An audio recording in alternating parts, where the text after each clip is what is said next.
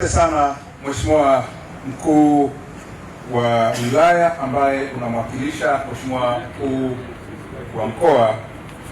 Mheshimiwa Waziri, mtambue itifaki yote ambayo imeshatajwa, lakini tu kwa upekee na unyeti wa eneo hili uridhie nimtambue kaka yangu Omar Kumbilamoto ambaye ni diwani wa eneo hili, lakini kiongozi wa ngazi ya wizara na watumishi wenzangu wote pamoja na wananchi na wafanyabiashara ambao wamejumuika na wewe kuja kusikia maelezo na maelekezo yako. Mheshimiwa Waziri, kama ambavyo amesema Mheshimiwa Mkuu wa Wilaya, moja ya wajibu wetu sisi kama halmashauri ni kuweka mazingira wezeshi kwa wananchi ili waweze kufanya biashara, waweze kujenga uchumi na wajikwamue kiuchumi.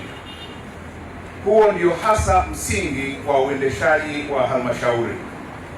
Uko kwenye eneo ambalo kimsingi linatekeleza au lina justify maelezo hayo kwamba ni eneo ambalo wananchi, wachinjaji na wafanyabiashara wa mifugo wanafanya shughuli zao kujipatia fedha. Mheshimiwa Waziri, kama ulivyoona, machinjio yetu imewekezwa kwa kiasi kikubwa na serikali, na mwelekeo huo wa serikali ni kuifanya iwanufaishe wananchi. Iko mikakati ya halmashauri kuendelea kuwekeza zaidi kwenye machinjio haya ili wananchi waweze kufanya biashara, ili serikali iweze kupata pato na kurudisha mtaji ambao umewekwa hapa. Moja ya mwelekeo wetu sisi kama halmashauri ni kuendelea kutenga bajeti kila mwaka ili kuiwezesha machinjio hii. Lakini la pili, kwa mwelekeo wa serikali na ili wananchi waweze kupata mafanikio katika biashara ambazo wanazifanya, kuanzia wafanyabiashara wa mifugo kutoka mikoani, lakini wachinjaji ambao wako hapa, lakini wanaojishughulisha na mazao ya bidhaa zinazopatikana na mifugo yenyewe waweze kunufaika. Mwelekeo wa serikali ni kuhakikisha kwamba sasa tunaenda kuungana na sekta binafsi katika kutengeneza uchumi wa halmashauri na kutengeneza uchumi wa mtu mmoja mmoja ndani ya halmashauri ya jiji la Dar es Salaam na sehemu nyingine.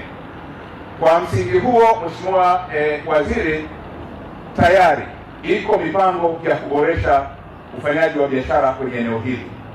Lakini eneo moja ambalo Mheshimiwa Waziri uniruhusu niseme, wafanyabiashara hawa sisi kama halmashauri tunaendelea kuwashukuru kwa ushirikiano wao mkubwa ambao wameendelea kutupatia.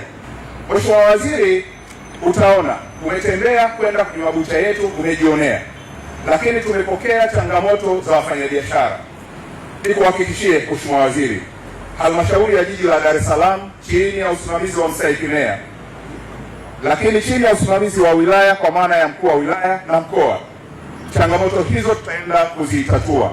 Na nikuhakikishie Mheshimiwa Waziri, tarehe 1 mwezi wa 8 tayari kiasi cha shilingi milioni 500 tumekitenga kwa ajili ya kuboresha mabucha yale ya pale nje. Tunaamini kwamba tutakwenda kutatua changamoto hizo.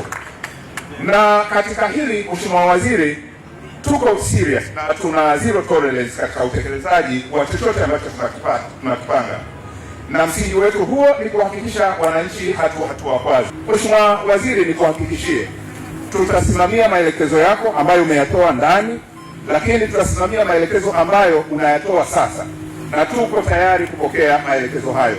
Ni kuhakikishie kwa mwelekeo wa serikali na dira ya 2050 ya kuihusisha sekta binafsi tutaihusisha ipasavyo, lakini wananchi watahusishwa ipasavyo ili kujenga uchumi wa halmashauri ya jiji la Dar es Salaam ukawe endelevu, shindani na jumuishi. Asante Mheshimiwa Waziri.